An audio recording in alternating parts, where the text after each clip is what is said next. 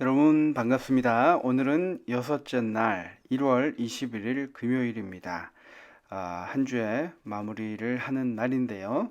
우리 다 함께 기도로 새벽 기도회를 열도록 하겠습니다. 주님, 지난 한 주간 동안 저희들이 귀한 하나님의 말씀을 연구할 수 있는 은혜를 주시니 주님 감사합니다. 우리에게 다가오시고 또 형제로 다가오신 이 예수님을 다시 한번 깊이 묵상하고 깨달아 알 수 있도록 도와주셔서 주님의 성육신의 의미와 또 우리가 어떻게 살아가야 할지까지 생각할 수 있는 귀한 시간들로 주님 채워주시옵기를 예수님의 이름으로 간절히 기도합니다. 아멘.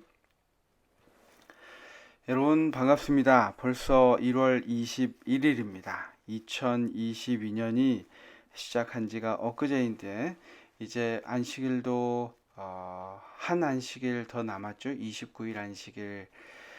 정말 시간이 빨리 가는 것 같습니다. 한 달이 거의 다 가고 있습니다. 여러분 계획하신 그 모든 일들이 잘 진행이 되고 있는지 아니면 벌써 포기하셨는지 다시 한번 좀 생각했으면 하는 시간입니다.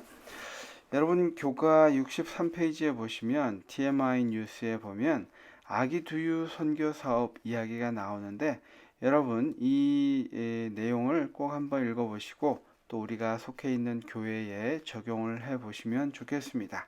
아이들이 어떻게 교회로 오게 할까?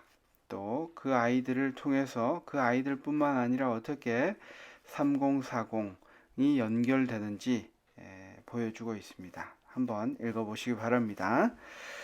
오늘 교과책 62페이지로 돌아왔어요. 히브리서 2장 13절에는 그분의 형제들에 대하여 예수님께서 아버지께 하신 말씀이 기록되어 있습니다. 여러분 여기에 후견인이라는 개념이 좀 더 잘 이해될 수 있는데요. 한번 보겠습니다. 볼저다 나와 및 하나님께서 내게 주신 자녀라 하셨으니 이 말씀이 히브리 2장 13절에 나와 있습니다. 신학자 패트릭 그레이는 이 말씀에서 예수님께서 당신의 형제들의 후견인으로 묘사되고 있다라고 이야기하고 있는데 이 후견인 제도는 아버지가 돌아가시게 되면 큰형이 어린 형제가 성년이 될 때까지 이 미성년인 형제와 그 형제의 유산을 책임지게 되어 있었던 그 로마의 제도입니다. 이를 통해 어린 형제들을 돌봐야 하는 형의 자연스러운 책임에 대한 이해가 높아졌다라고 이야기하고 있습니다. 그래서 이 같은 이해는 히브리서가 왜 우리를 예수님의 형제일 뿐 아니라 그분의 자녀들이라고 설명하는지에 대해서 이해를 할 수 있게 해줍니다. 예수님은 우리의 큰형으로서 예수님은 우리의 가정교사이고 후견인이고 보호자가 되신다라는 그 개념을 우리가 이해할 수 있게 해줍니다. 이어서 시대의 소망 649페이지에 말씀이 기록되어 있는데요. 이 말씀은 우리가 한 주를 공부하면서 그 내용들의 어떤 요약이라고도 볼 수 있겠습니다. 그리스도께서는 당신의 생애와 교훈으로 하나님 안에 그 기원이 있는 무아의 봉사에 대한 완전한 모본을 보이셨다. 하나님께서는 자신을 위하여 살지 않으신다. 세상을 창조하시고 만물을 붙드심으로 그분은 계속하여 남을 위하여 봉사하고 계신다. 하나님이 그 해를 악인과 선인에게 비치게 하시며 비를 의로운 자와 불의한 자에게 내리우심이니라. 하나님께서는 이 봉사의 이상을 당신의 아들에게 맡기셨다. 예수께서는 당신의 모본을 통하여 봉사한다는 것이 무엇을 의미하는 것인지를 가르치기 위해 인간의 선두에 서도록 보내심을 받았다. 여러분 우리가 이 예수님의 모본을 따른다는 것에 대한 좀 더 구체적인 예가 저와 여러분에게 있습니까? 저는 얼마 전에 한 글을 읽었는데 그 글을 좀 나누고 싶습니다. 한 청년이 있는데 부모님이 여유가 있어서 집을 사주었습니다. 그런데 그 청년은 그 집을 부모님을 설득해서 어려운 청년 신혼부부에게 아주 저렴하게 전세비를 받고 전세를 내주었다고 합니다. 한국의 전세제도 아시죠? 청년들이 결혼 안 한다고 말만 하지 말고 결혼한 신혼부부를 돕고자 한 것입니다. 아주 실제적인 섬김이라고 볼 수 있습니다. 그런데 전세 계약 기간도 끝이 나고 집값이 많이 오르면서 지금 이 집을 팔 시기라고 생각하고 집을 팔려고 전세를 사는 부부에게 통보를 했다고 합니다. 그런데 신혼부부가 너무 힘겨워하면서 조금만 더 살게 해달라고 전세 가격이 너무 올라서 갈 곳이 없다고 이야기를 해서 한참 고민이 되었다고 합니다. 여러분이시라면 어떤 결정을 내리시겠습니까? 짧은 순간이지만 그동안 배려한 것도 충분하지 않은가 하는 불평이 마음에서 불쑥 올라왔다고 합니다. 그때 이 청년은 불평을 내뱉지 않고 대신 예수님이라면 어떤 결정을 하실까 하는 고민을 했다고 합니다.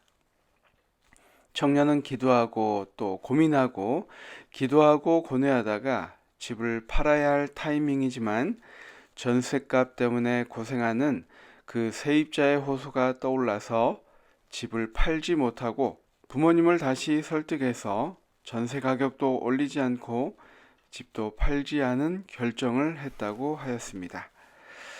그 마음이 참 와닿습니다. 세입자를 위한 배려와 고민과 고뇌 속에서도 하나님이 기뻐하시는 결정을 선택하는 용기가 감동이 되었습니다. 그 형제가 신혼부부에게 솔직한 고민을 나누었다고 합니다. 저는 예수 믿는 사람입니다. 예수님 때문에 지금 집값이 비쌀 때 집을 팔고 싶지만 그냥 전세 계속 사시도록 결정하기로 했습니다. 행복하게 사세요 라고 이야기했다고 합니다. 예수님 때문에 이런 결정을 할 수 있음이 참 용기 있다고 생각됩니다. 저는 이런 크고 작은 공의와 사랑이 만나는 삶으로 이어지고 연결되는 모습들이 의의 호심경을 입은 성도의 모습이라고 생각합니다. 삶에서 경제적 영역에서 불로소득을 추구하지 않고 하나님의 공의를 추구하기 때문입니다. 하나님의 의의를 글로나 말로만 머무는 것이 아니라 삶의 자리에서 예수님 때문에 시시때때로 손해를 보는 선택을 할 때가 있다면 하나님께서 기뻐하실 것이기 때문입니다. 예수님 때문에 당장 이익을 볼 수 있는데도 누군가를 배려하고 약간은 손해보는 선택과 결정을 할 때에도 하나님께서는 영광을 받으실 것입니다. 제가 아는 한 목사님의 블로그에 있는 글입니다. 여러분 어떻습니까? 우리의 삶 속에서 우리가 이번 과에서 일요일 날 보았던 주제, 또 월요일 날 보았던 주제, 모세라면 어떻게 했을까? 또 모세의 법에서 이야기하고 있는 가난한 친척을 위해서, 형제를 위해서 자신이 희년이 되기 전에, 큰 안식년이 되기 전에 빛을 탕감하고 또 소유를 되찾는 그러한 일을 할 수 있는 그 친척의 역할을 했던 예수님의 모습을 우리가 이런 소소한 이야기를 통해서 실천할 수 있지 않을까 생각해 봅니다. 우리가 예수님을 닮아가고 예수님의 삶을 살아야 한다는 것이 어떤 대단한 것이 아니라 우리 삶 속에서 결정할 수 있는 작은 손해, 희생, 이러한 것들이라는 것을 우리가 생각해 볼 수 있습니다. 저와 여러분이 한 주를 예수님께서 우리의 형제가 되셨다는 것을 배웠습니다. 여러분에게는 그것이 어떤 의미가 있습니까? 오늘 금요일 한 주를 마감하는 이날 저와 여러분이 우리 삶 속에서 예수님의 손과 발이 되어서 우리 이웃에게 실천할 수 있는 예수님의 손과 발이 그들에게 될 수 있는 작은 것들을 하나씩 실천해보는 오늘 하루가 되었으면 좋겠습니다. 우리 다 함께 기도하고 오늘 새벽 기도회를 마치겠습니다. 저희를 사랑하시는 아버지 하나님, 우리에게 맡기신 사명, 우리를 구속하시고 우리에게 이 세상을 살아가는 동안 주님의 손과 발이 되어서 이 세상에 봉사하고 또 주님의 사랑을 전하라고 말씀하셨습니다.